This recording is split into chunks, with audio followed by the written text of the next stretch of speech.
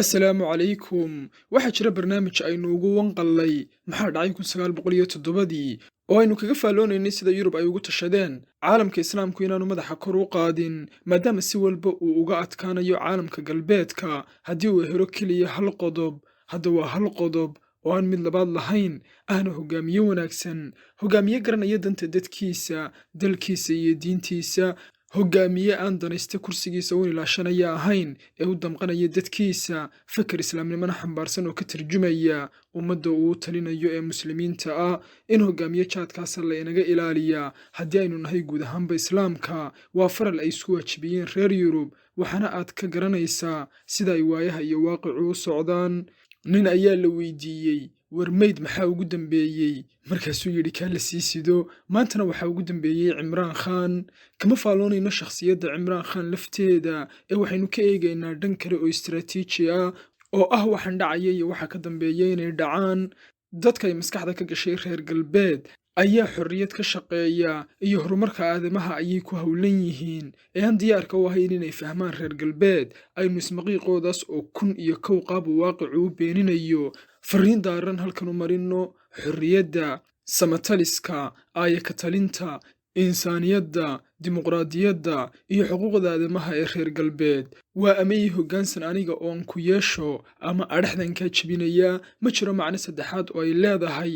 waaqica ayaana kumanaan jeerina tusay, waxaan cidna ka qarsoonayn, cidina aanay ka murmaynin in waxa ka dhacaya bakistaan ay soo abaabuleen reer galbeed, munaafaqadoodiina ay meesha ka kilkilaasayso. maalmo un ka hor ayay ahayd markii uu damcay galbeedku in sidii u caadada ahayd ay cimraan khaan amaradooda u yeedhiyaan oo ay ku yidhaahdaan goo ruushka, dabcan goyntaas oo aanu dadkiisa iyo dalkiisa toonadani ugu jirin. kadibna inta uu masraxaysa soo taagay uu si cad ugu yidhi annagu idinka addoommo idinma nihin, markaasoo ay galbeedku hoosta ka xariiqeen inay cimraan khaan isweydaariyaan. haddaba sida ayay ahayd bakistaan ka hor cimraan khaan, sida ayayse noqon doontaa bakistaan taliska cimraan khaan kadib. waa dal ciidankiisa saraakiishiisa uu maraykan gacanta ku hayo, mar kasta oo uu wax ka afgaran waayana uu aayarun ciidankaas istaadhayo. dowladdiisuna si kasta oo ay nukliyar u haysato iyo si kasta oo ay u dhisan tahayba ay tahay uun dowlad gacan askareed ku jirta. waxay bakistaan xornimada la sheego qaraarkeeda inay qaadato iyo inay dhadhan dowladeed yeelato aragtay intii uu ninkan odayga ahi joogay. ka hor waxay ahayd gobolka 11aad ee maraykanka oo maadaama aanay dad maraykan ahi joogin uu maraykan sida uu doono ka yeeli jiray. markii uu arkay in taladii bakistaan uu cimraan khaan farihiisa ka sii saarayo ayuu sameeyey uun wixii ay aabbayaashii hore u samayn jireen oo ah xukuumad kasta oo bakistaan ka dhisan in iyada oo aan muddadeeda dhammaysan xilka la weydaarin jiray, maadaama uu maraykan diidanaa inay ku xididaysato meesha kadibna ay noqoto xukuumad ku gadooda oo uu hoggaansami weyda. bakistaan waa dal aan jeclayn xasiloonida ama aan lala jeclayn isaga xasiloonida. waa dal dhan walba lagaga jiro oo lala doonayo inuu haantaa hadhuubla ku jiro, gabaad ay reer galbeedku eeshiya ku leeyihiinna uu ahaado. bakistaan horumarka la sheego ma aanay dhadhamin ka hor cimraan khaan, mana aanay noqonin waddan u muuqda caalamka oo laga yaqaano ka hor intaanu cimraan khaan ka dhex muuqan saaxadda loolanka, weliba loolanada daaran mawaaqifta islaamka iyo ummadda muslimiinta ah. cimraan khaan ka hor bakistaan waxay ahayd saldhig military oo uu maraykanku iska leeyahay. diyaaradihiisa, gantaalihiisa iyo hubkiisu saacadda ay doonaan ayay si aanu meeldayis lahayn u duqayn jireen bakistaan lafteeda, afghanistaan iyo bulshooyinkaasba. iyada oo haddana bakistaan dowlad awood le ah, haddana maraykan hadalkuma aanay celin jirin, ileen maqaarsaar gacan ku rimisa oo isagu meesha saartay ayay ahayde. waxa waddankaas bakistaan uu ahaa garoon uu maraykan ku dheelo ilaa 1971kii markii dagaalka sokeeye ee bangaladesh ay kaga goday bakistaan uu dhacay. jananada ciidanka oo maraykan uu dabada ka wado ayaana madaxda iyaguna shax hor taalla oo jaraheeda iyo irmaanteedaba ay go'aaminayaan ka dhigtay 1999kii. hoggaankii sare ee ciidanka ee birviz mushrif ayaa afgembiyey madaxweynihii xukuumaddaas nawaas shariif. haddana 2007 ayaa la dilay banaadir bhutto iyada oo isu diyaarinaysa ololaha doorasho ee 2008.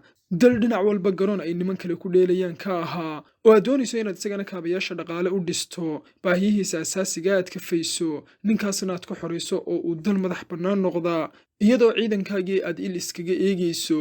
siyaasiyiintii mucaaradka ee ninka aad dalka ka xoraynayso maqaarsaarka uu dalka uga dhigayna iska eegaya, ma aha wax sida loo malaysanayo u fudud.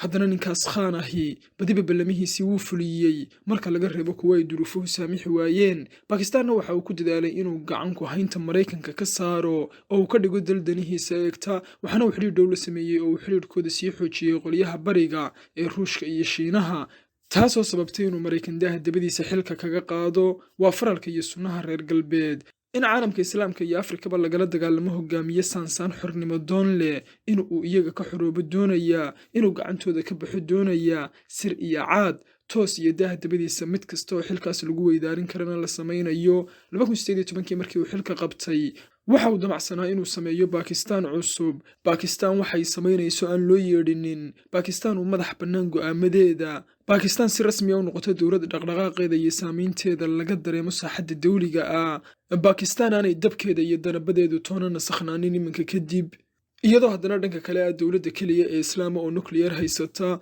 Taasi waxay dhashay in Baakistaan uu jeexo dhabo cusub oo uu kaga dhigayo dal adduunka wax la qaybsada. Samiyaa la doonayaa hogaamiye garasho iyo dhiirasho leh, amaba xataa hadal ku soo celiya.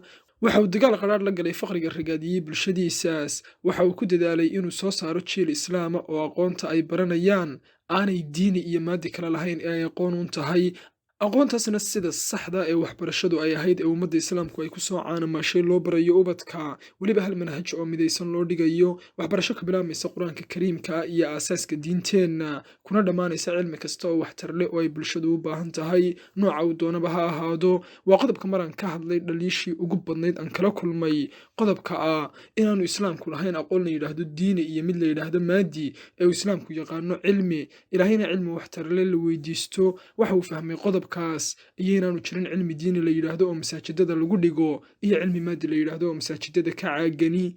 Waxa uu sameeyey cilmi ka madhan calmaaniyadiinta lagu wado waxbarashada Soomaalideenna maanta ee jiilkan lagu indhasaabay. Qof kasta oo in uun siyaasadaha u dhuun daloola iyo qof kasta oo fahansan munaafaqnimada galbeedku wuu og yahay in hawshana ay iyagu ka dambeeyaan, weliba markan aanay askarta shaadhkooda ku soo gaban ee siyaasiyiinta mucaaradka ay soo gabaadsadeen, dhanka baarlamaankana ay ka soo mareen, kollayba saamaynta ciidankuna aanay ku yarayn, balse markan sidii markii hore inta dowladda la afgembiyo sidaas fudud waxnaba ku dhammaan maayaan. Shacabka Baakistaanna in badan oo ka mid ahi way fahmeen waaqica dal iyo dibad meel ay joogaanna gadood ayay ku muujiyeen.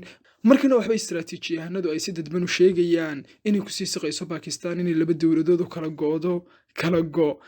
kala go'do taageerayaasha dowladda Cimraan Khan iyo bahda kale. dhacdooyinkuna si xawliya ayay isu soo tarayaan. haddaba haddii ay dhacdo oo sidaas uu Cimraan Khan ku tago, Baakistaan sida ay u ekaanaysaa cidna kuma adka oo waxay noqonaysaa dal uu ku adeegto Maraykan oo aan go'aan isaga ka soo fulaya dhaahin karin, dhaqaalahana eberka oo faqri ah, dayn xadka baxana gadhka loo geliyo, hadba halka uu galbeedku u tilmaamana u dhaqaaqay isagoo guradda laalaadinaya.